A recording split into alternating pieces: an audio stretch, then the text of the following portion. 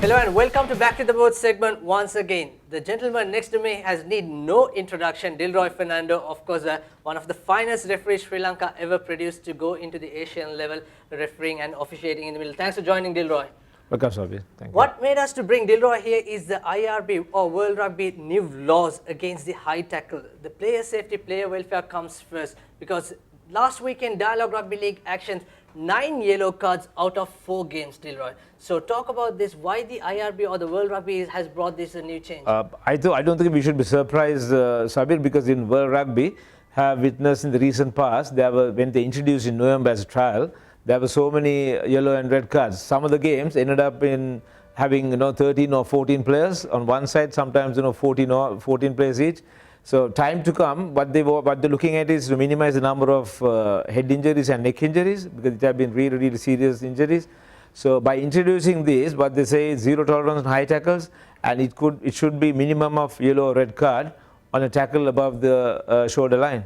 About the shoulder line, exactly. What's your point? Even World Rugby is not satisfied with the Northampton Saints treatment on Wales winger George North. This is what exactly you said. The club should take responsibility on these incidents, right? That's right.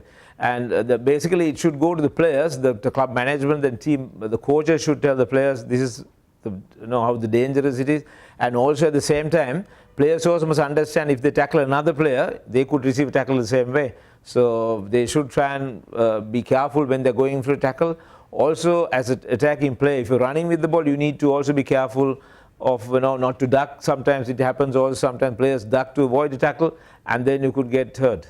We'll show one of the examples about ducking on Senal Delikas. But first up, what we saw is, before that incident, this is in the Sia versus Kandy game last weekend. Look at Bhanuka Nanayakara. He played a great game for CRNFC Reds, and Gayan Veeraratne is holding up, but tactically Bhanuka Nanayakara putting his knee on the ground. So in that case, the player should release, right? Brilliant turnover on Richard Dharmapala. Saabir, there are 3 things actually if you look at this. First of all, he was held, and then moment you have at least one knee on the ground, the tackle player must release a tackler, must release a tackle player. So the Kandy player should have released Bhanuka there, and then the responsibility of Bhanuka is to release the ball. And he didn't, number one, the tackler didn't release the tackle player, the tackle player didn't make the ball available. Also at the same time, if you look at the next clip, you see a side arriving player entering on the side, which is again, I think referee missed all 3 errors there. On that occasion, that's actually just in front of Dinka Paris, but I think he did the game really well despite this incident, because he controlled the game very nicely. And this is the incident that Dilroy was talking about. Gayan Veeraratne should release Bhanuka Nanayakara, and Bhanuka Nanayakara didn't have an option to release the ball, isn't it? Yes. And you must allow the tackle, once you tackle a player, you must give him time for him to make the ball available. Exactly, and this is the side entry we were talking about, the number 5. Here he comes. Completely on the side. You're supposed to go in from the gate, but he's entering on the CRNFC's side. Basically, it's goalpost to goalpost, so entering has to be through the gate. Exactly, and that is one tactical ploy which did by Bhanuka Nanayakara. We'll have a look at the next video where a yellow card coming to Kandy's Tharinda Chaturanga, the flanker, and this is the incident. Surya Anthony misses the tackle, and his first up tackle, the left arm just comes into the neck area. Yeah, after that, later on, the grip went down, but then why Dinka penalized him, got him there was, you could see it very clearly above the neckline. So I think he got the decision right there by giving him the yellow card. Yes, not only one yellow card, even in the second half there was another yellow card on Heshan Kalhara. Look at this incident, the first impact, that's just in front of referee Dinka Paris. So as a result, he's awarding that yellow card. And we also have another incident in our next clip. This is Havelocks versus Police, played under lights. And look at that ducking, no arms ducking by Senal Delikas, the Havelocks number 6, once again just in front of the referee. Dilroy, your thoughts? Yeah, Saabir, there again what happened was the number one reason was the player went in, the defending player, there was no grip in the tackle, absolutely no grip. So when you're tackling a player, you need to have the arms, you need to have the grip. So he went in without the grip, and also see the way he's falling here, and it could have been a red card offense because the player landed on his head, which is again very serious and dangerous situation. I'm surprised Senal Delikas didn't find an injury, because 110 kg coming on 75 kg Prince Charles Praveen He's a big, bulky lock forward who can also play as a prop forward on that occasion. He's lucky. So no arms, so it should be a straight red? Yes, it should have been a red the way he landed on the field. So it could be basically, if without arms, if you go into tackle, it could be yellow. But the way he landed on the field was, he landed on his head. So it could have been a red card offence. So lots of work to the citing officers in the concluded 9th week of Dialogue Rugby League. We'll have a look at the other incident. Same game. Udara Gayan, the prop forward for Police Sports Club, another yellow card. This incident, we'll have a look at the replay version. Referee Cader giving a yellow card and good stuff by the assistant referee as well, giving some his thoughts. And this is the Saabir Fernando first up. Dilo, your thoughts? Well, there what happens is, number one, the tackle, the player who was up in the air was held by the defending player, which is not should have been done. And also the next is, you can see the neck is being grabbed by the defending player. It's a clear neck roll. Yes. So Udara Gayan, neck roll on Saabir Fernando. As a result, he's out, another yellow card on that game. And we also have another incident in the international arena. This is Saracens versus Saracens, of course, the European champions against Exeter Chief. Now, people have different opinions. Now, 1,000 would have watched this. Look at this. Number 12, Brad Barrett, centre of Saracens, coming and making that tackle on Jeff Parling. His left arm straight into the neck. Your thoughts, Dilo?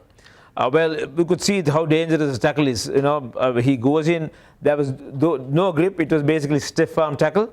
So stiff arm tackle is definitely a red card offence. But also at the same time, you could see another player charging into that player.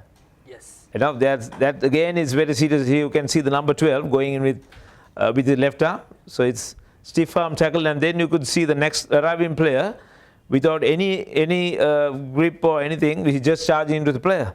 And that is why both, I think, have been penalized by the referee. And then again, after that, the citing officers have reprimanded one of them with 2 weeks suspension. Yes, if I'm the referee on this occasion, Dilo, I would probably give a yellow card to Brad Barrett. He's the man who's making that first tackle. And then probably another yellow card to Barrington. I would say Brad would have got possibly maybe a red card, because the first offence, he went in with a really high tackle, and then the next player goes in charging. So sadly, Richard Barrington, the man with the jersey number 1, he's getting a red card, and he's playing his 100th appearance for the champion Saracens. Sadly, he had to play only 10 minutes, but a great finish by Saracens. They managed to drive that game 13-all. And this is again, oh my goodness, look at Barrett's huge arms coming on the former England lock forward. And this is again a red card coming into that. We'll see what happens in the BBC Rugby page after that incident. Barrington and Barrett are cited for the Jeff Parling high tackle injury. What's your thought on this? Well, as we saw earlier, as I said also, anything what the World Rugby has said, anything above the shoulder line has to be dealt seriously. And the message is given to the referee: zero tolerance on a high tackle. So zero tolerance means anything above, if you see somebody grabbing somebody's neck or somebody going for a high tackle, is basically needs to be penalized, because the reason again is to minimize the number of head injuries, to keep the players in the sport, because otherwise what happens is lots of players are leaving the rugby union game because of the dangerous situation, because of the high tackles. So zero tolerance means anything above the neckline in future will be dealt with, will be yellow or red card. And the teams might say it's not serious, but then it could be a reckless tackle. But the term which has been used by the team, Saabir, what did they say? He also? Yeah, that's right. Even the Saracens boss, Mark McCall, says high tackle guidelines will see more sent off for accidental challenges. So there could be more confusions coming Even in Sri Lanka, you will see, Saabir, people, the team management will use the word accidental.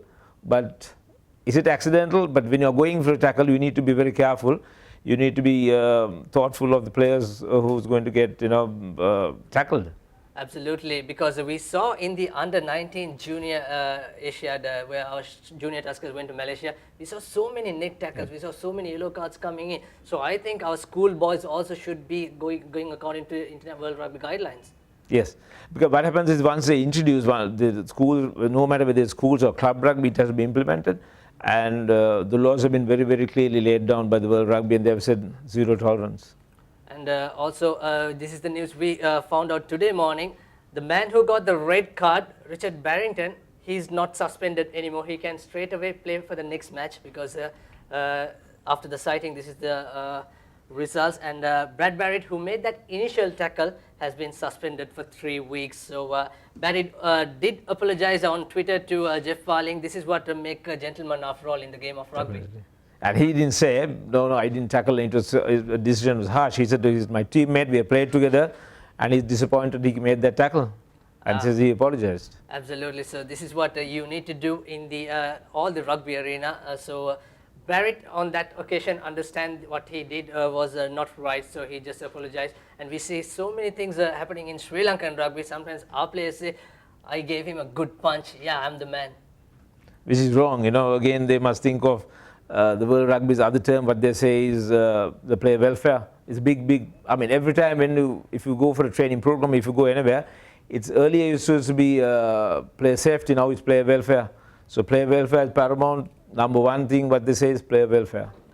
Nothing is important than player welfare. Thanks a lot, Dilroy Fernando, joining us. Thank you very Saabir. much. So that's all we have from the Back to the Board segment, and we'll see you next time.